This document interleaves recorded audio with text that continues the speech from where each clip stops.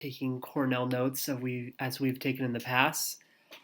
The primary notes are going to be taking during the notes are going to be on the right, on the left-hand side, and the bottom is going to be for afterwards.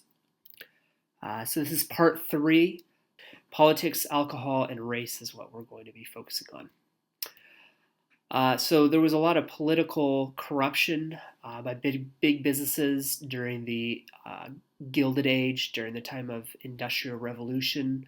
We've talked about this in the past. The monopolists were influencing the Senate and getting the government to side with them by giving them money instead of the voters, getting the influence there in the government.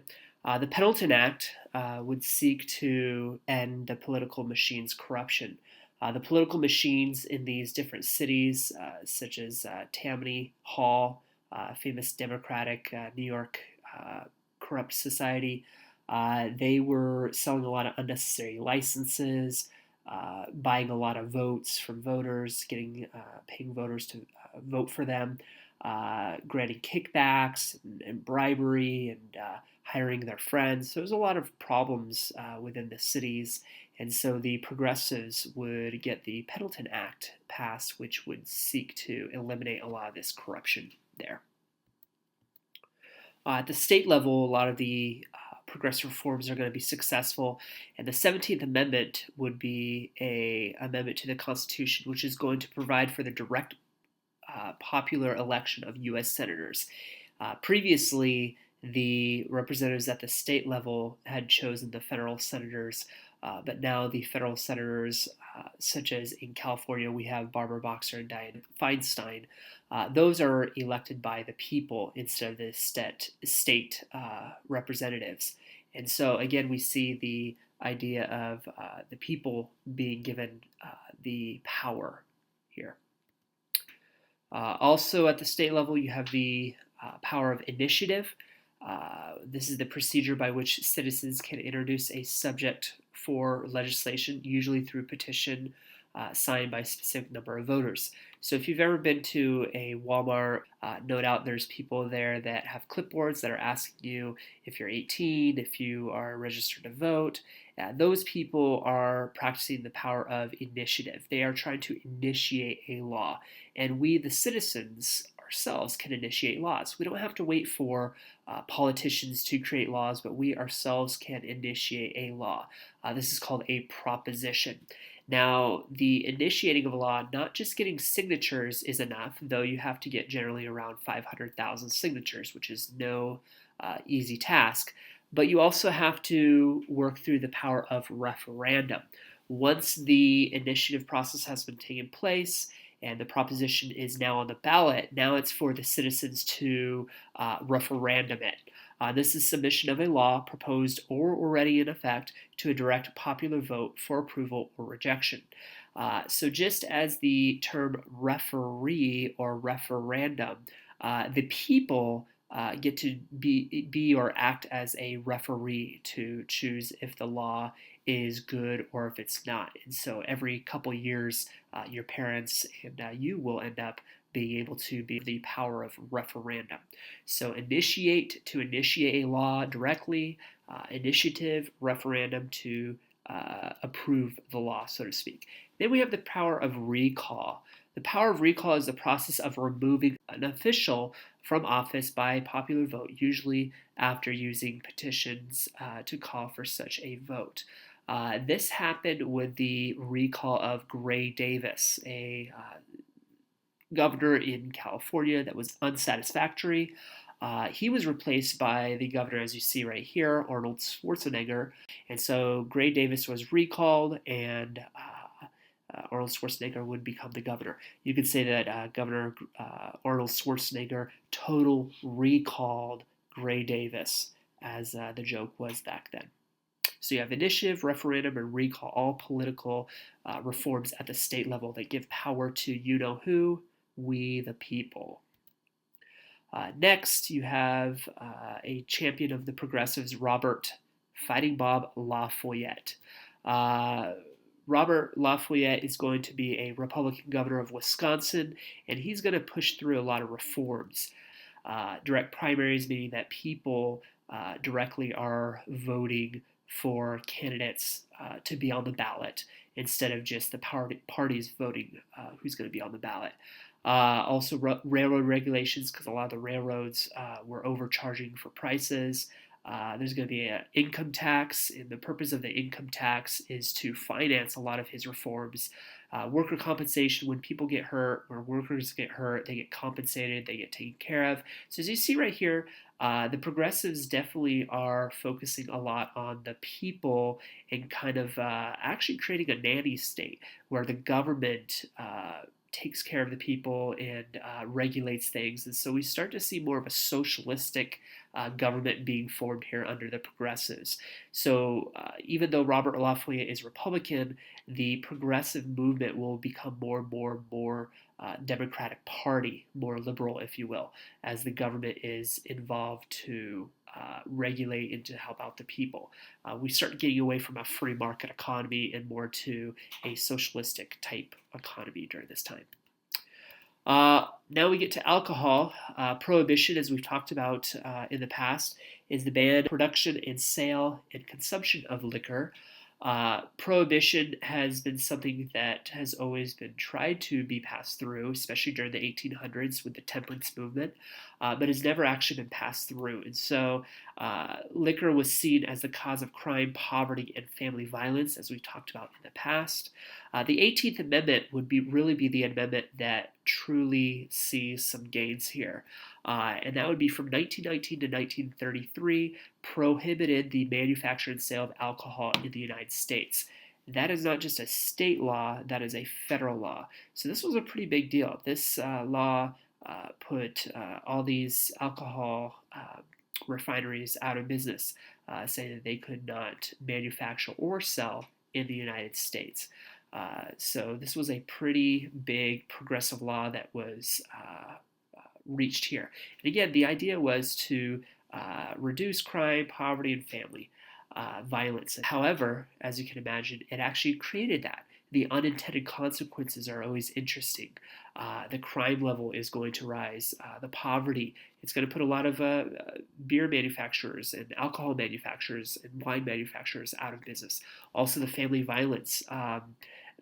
Now dads are not going to be drunk and angry. They're going to be angry because they can't drink. And so there's going to be a lot of underlying problems that are still not met by the progressives. And that's typical.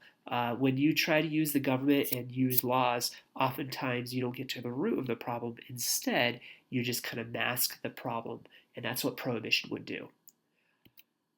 So resistance to the 18th Amendment, people would start creating moonshine. And moonshine is where people start making their own alcohol.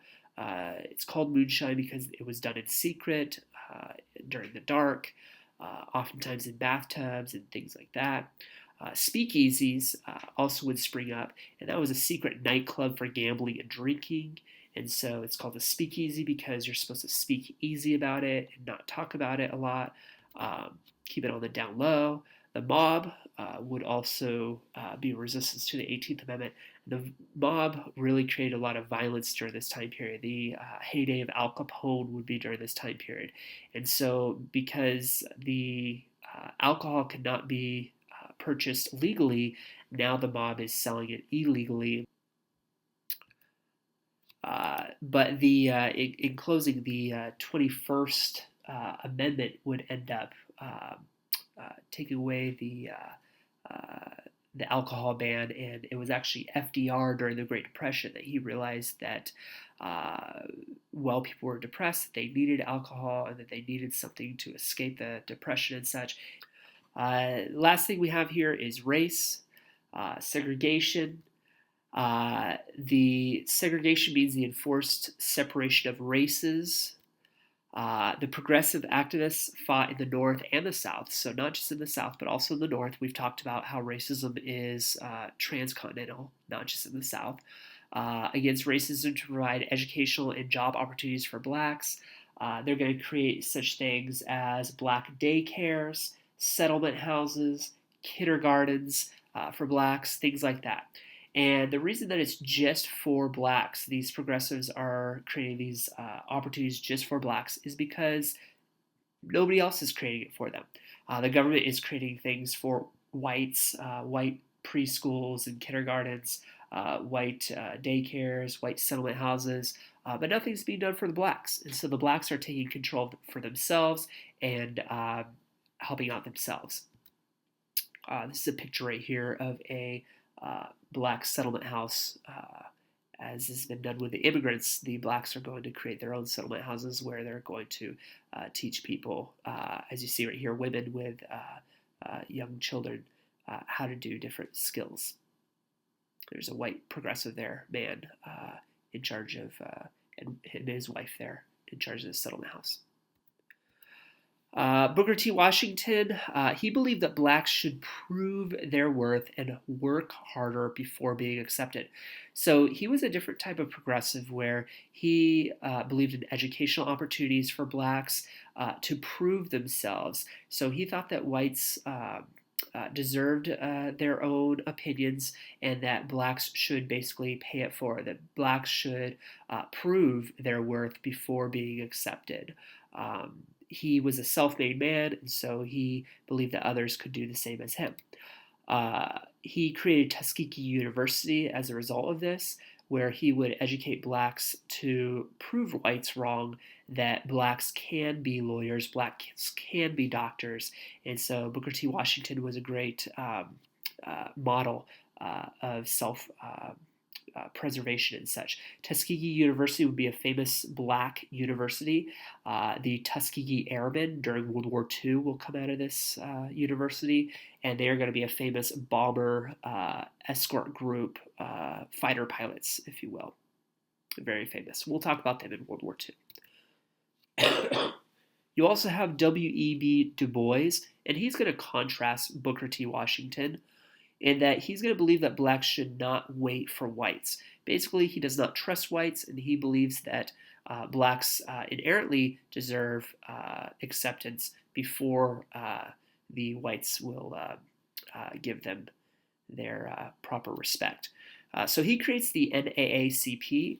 This is still an organization today, the National Association for the Advancement of Colored People. This was created in 1909. And again, the idea is to overthrow segregation, to establish equal justice, and to create educational opportunities. The whole idea is to focus on blacks, to provide for blacks, because whites are getting the help from the government, but who's helping out the blacks? And so this is oftentimes kind of seen as a racist organization, that they only focus on blacks. How dare they? But during this time period, it was needed. This idea of affirmative action, where we focus on helping out African Americans and focusing on race and such. You might ask yourself, should we not focus on race? Should we, be colorblind, so to speak, as Martin Luther King said, content of character instead of color of skin? And that's true. But back then, you needed these organizations to help out the blacks because nobody else was. And so W.E.B. Du Bois and Booker T. Washington would both help out blacks, but in different ways. Lastly, we have the Niagara Movement. This was created by W.E.B. Du Bois, as you can see there on the bottom of this picture here. This was an organization to promote racial integration, civil and political rights, and equal access to economic opportunities. So you have this this push for equality that's going to happen during the Niagara Movement. It's unfortunately not going to be very successful, though. They're actually going to die a few years later. Not the men, but the movement is.